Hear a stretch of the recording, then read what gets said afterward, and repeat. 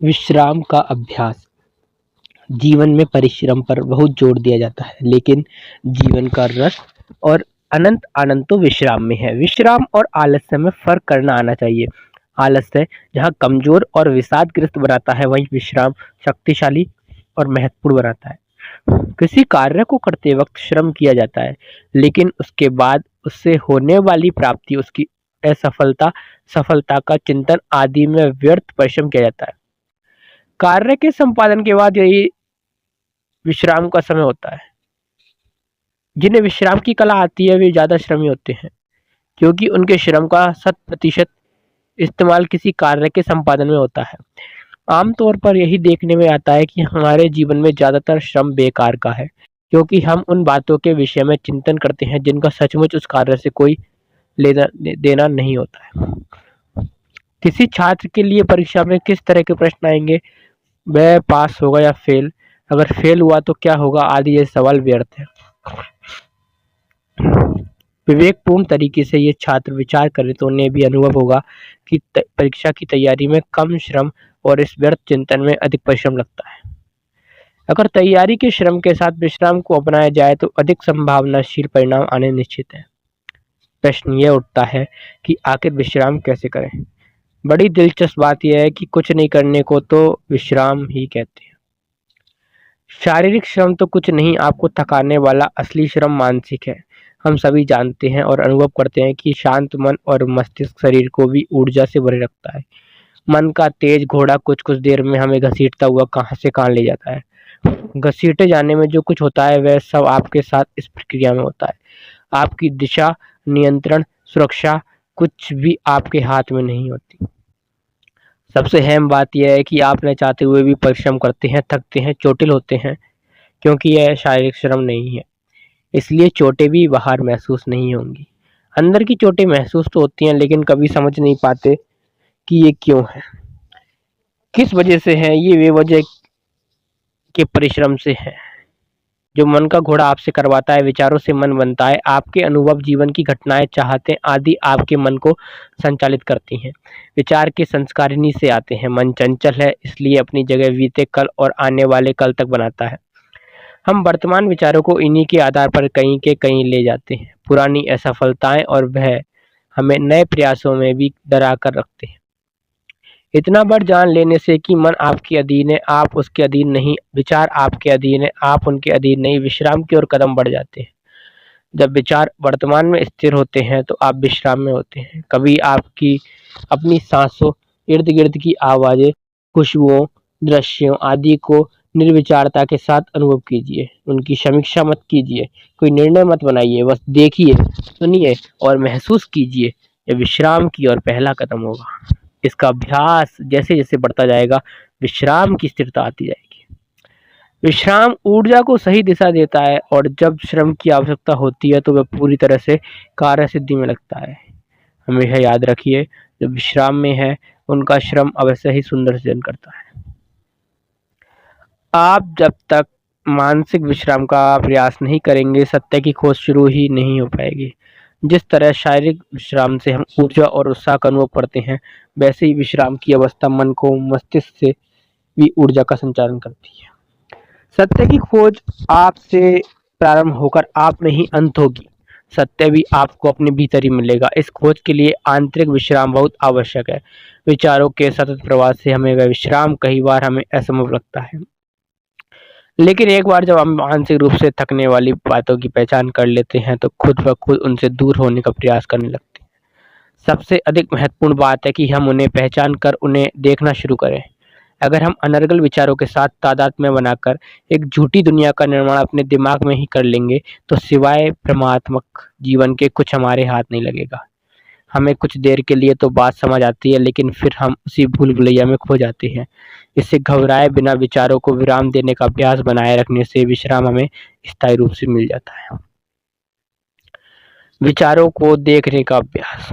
आप कार से या अपने किसी भी वाहन से कहीं जाते हैं तो गंतव्य पर पहुंचकर इंजन बंद करना नहीं भूलते। अगर ऐसा नहीं करते हैं तो ईंधन की बर्बादी होगी, नुकसान होगा। बिजली के तमाम उपकरण, चाहे पंखा हो, एसी हो, माइक्रोवेव हो, जब इनका इस्तेमाल हो जाता है तो आप स्विच ऑफ कर देते हैं। अगर भूल जाते हैं तो बिजली की बर्बादी होती है और नुकसान होता है। नल के नीचे लगी बाल्टी भर जाने के बाद नल चलता छोड़ देना पानी की बर्बादी करता है।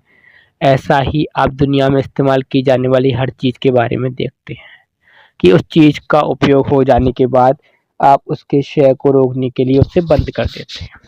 लेकिन क्या आप जानते हैं कि आपके पैदा होने के बाद से लेकर आज तक आप कुछ बंद करना भूल गए हैं। इस भूल की वजह से ऊर्जा की बर्बादी हो रही है।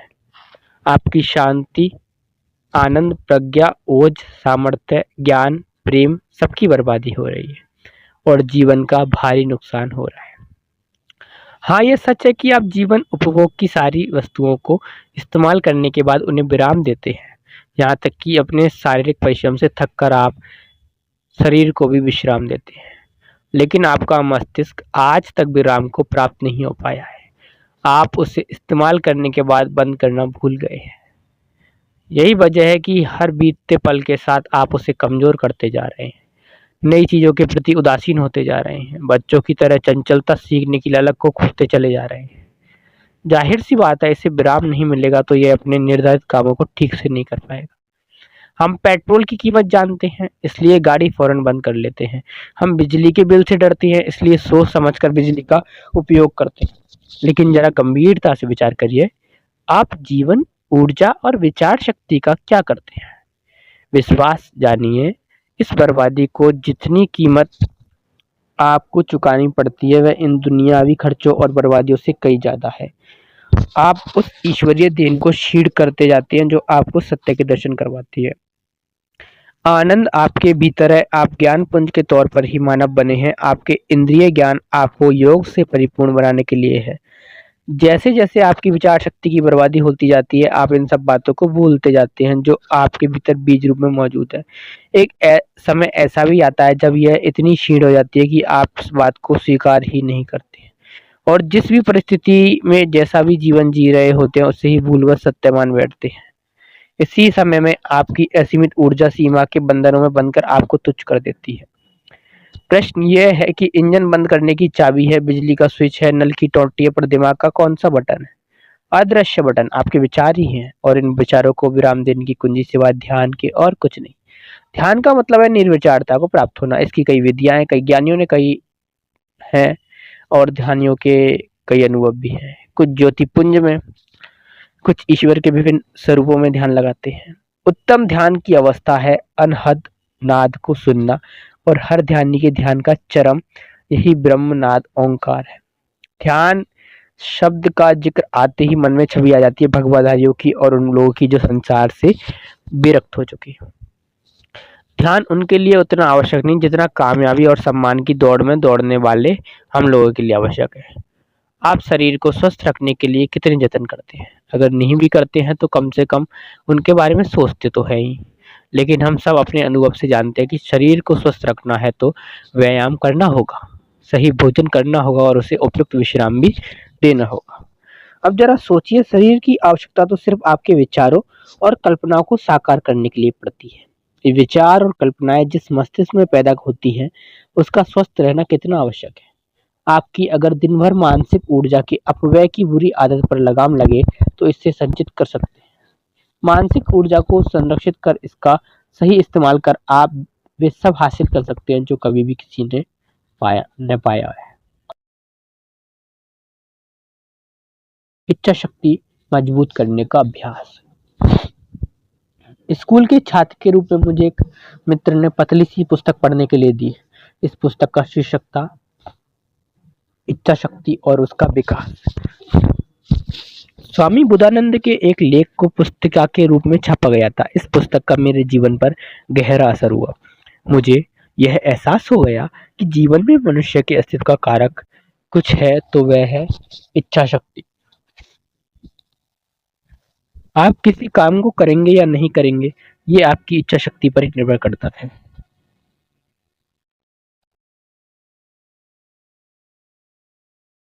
फिर सही कार्य को करेंगे और गलत कार्य को नहीं करेंगे, यह भी इच्छा शक्ति से ही तय होगा। स्वामी बुधानंद ने एक पंक्ति में से परिभाषित करते हुए कहा है कि अभीष्ट की सिद्धि और अनिष्ट से दूरी ही मजबूत इच्छा शक्ति है। आप जानते हैं कि सही क्या है और गलत क्या है। आपके संस्कार, संगत और विचार आपको किसी कार्य के लिए प्रेरित करते हैं। एक छोटा सा प्रयोग कीजिए, अपनी हथेली को जमीन पर टिकाइए। अब मस्तिष्क से कोई आदेश अपने हाथ तक मत जाने दीजिए और हाथ उठाने का प्रयास कीजिए। आप हाथ नहीं उठा पाएंगे।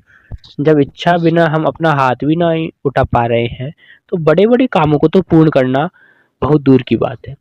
इंसान इच्छाओं का पुलिंदा है। वह हर पल कुछ न कुछ चाहता है। चाहतों के पूरा होने के बावजूद उसे शांति नहीं मिलती और वह अन्य इच्छाओं की तरफ बढ़ता चला जाता है। याद करिए, 10वीं क्लास पास कर लेना एक समय जीवन का सबसे बड़ा लक्ष्य दिखता होगा।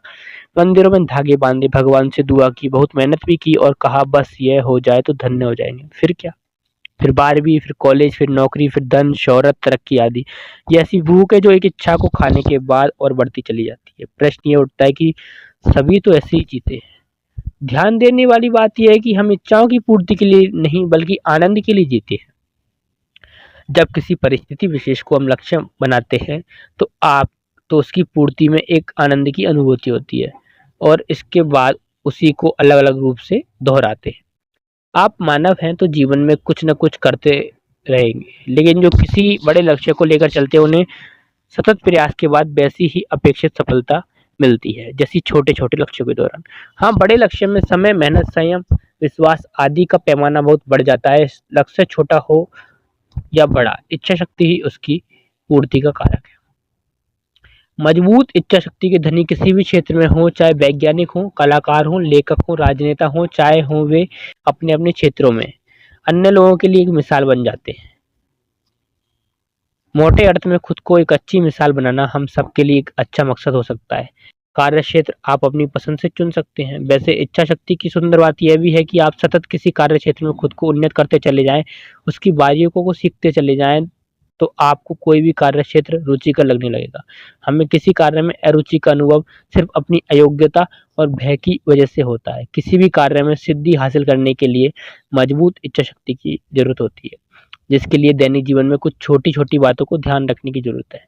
जीवन में बहुत सारे लक्ष्यों को एक साथ लेकर चलना किसी के भी पूरा होने में संदेह पैदा कर देगा और ये मानसिक अवसाद का कारण भी बन सकता है। हम दिन भर किन कामों में ऊर्जा लगा रहे हैं, इस पर भी गौर करने की जरूरत है। अगर हम अत्यधिक मोबाइल इस्तेमाल, टेलीविजन आदि में अपनी ऊर्जा लगा रहे हैं तो किसी रचनात्मक कार्य के लिए आपके पास ऊर्जा नहीं बचेगी। याद रखिए, जिस तरह पेट्रोल से गाड़ी चलती है उसी तरह हमारी प्राण शक्ति से हम चलते हैं। आप इसका उपयोग रचनात्मकता में कर सकते हैं, अपने लक्ष्य को पूरा करने में कर सकते हैं या इसे व्यर्थ गवा सकते हैं। आपको ये सुंदर जीवन मिला है, इसके महत्व को समझिए और हमें ये प्राण शक्ति देने वाले के प्रति हर पल कृतज्ञता का अनुभव कीजिए और देखिए कैसे आपकी इच्छा शक्ति मजबूत होती चली जाएगी। याद रखिए, जो अच्छा है उसे करने से न रुकें और जो बुरा है उसे करने से खुद को रोकना, यही मजबूत इच्छा शक्ति है। अच्छा क्या है और बुरा क्या है, इसका ज्ञान हर मानव मात्र को विवेक के प्रकाश के रूप में प्राण शक्ति के साथ ही मिला है।